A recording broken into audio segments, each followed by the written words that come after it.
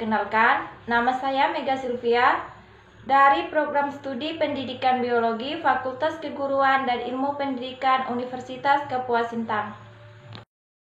Oke, di sini saya akan membahas tentang pencemaran tanah.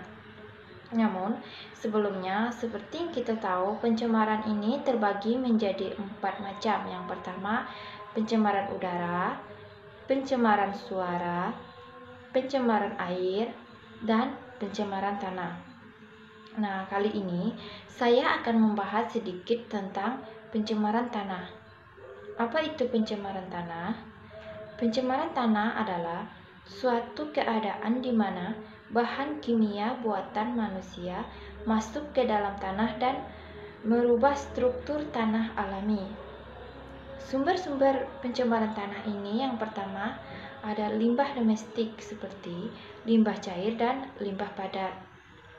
Limbah padat ini adalah limbah yang tidak dapat diuraikan oleh mikroorganisme yang ada di dalam tanah. Contohnya seperti plastik, serat, keramik, kaleng, dan bekas bahan bangunan.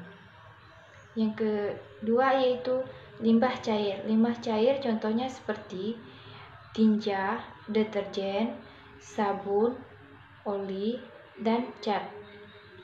Yang kedua pada limbah industri, contohnya seperti tembaga, perak, timbal, dan serat. Sedangkan pada limbah pertanian, yaitu penggunaan pupuk atau penyemprotan pestisida yang berlebihan.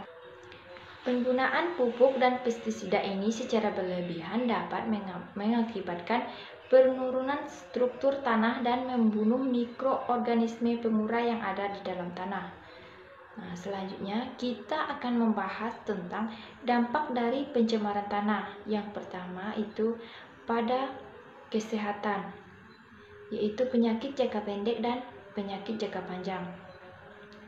Penyakit jangka pendek contohnya seperti sakit kepala, mual, batuk, iritasi kulit, dan ruam kulit. Pada penyakit jangka panjang contohnya seperti kanker, kerusakan sistem saraf, kerusakan ginjal, dan kerusakan hati. Selanjutnya yaitu dampak pada ekosistem atau lingkungan. Contohnya menghilangnya keanekaragaman hayati, membunuh mikroorganisme yang ada di dalam tanah, penurunan kesuburan tanah, dan perubahan struktur tanah. Selanjutnya adalah dampak terhadap pertanian, yaitu perubahan metabolisme tanah yang bisa mengakibatkan perubahan hasil dari perkebunan. Oke, yang selanjutnya kita akan membahas tentang penanganan dari pencemaran tanah. Yang pertama yang bisa dilakukan yaitu menghindari aktivitas pertanian yang berlebihan, mencuci tanah, remediasi, dan bioremediasi. Remediasi adalah proses pembersihan pencemaran tanah melalui 2 cara. Yang pertama, on-site dan off-site. On-site adalah pembersihan di lokasi pencemaran, sedangkan off-site adalah penggalian tanah kemudian dibawa ke tempat yang lebih aman. Setelah dibawa ke tempat yang lebih aman, tanah tersebut dibersihkan dari zat pencemar. Caranya yaitu tanah tersebut disimpan ke dalam bak atau tangki yang kedap.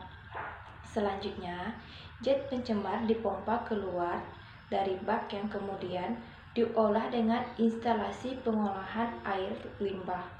Kemudian yang selanjutnya yaitu ada bioremediasi, yaitu proses pembersihan pencemaran tanah dengan menggunakan mikroorganisme. Selain itu, kita bisa berkontribusi sendiri melalui keluarga untuk mencegah pencemaran tanah.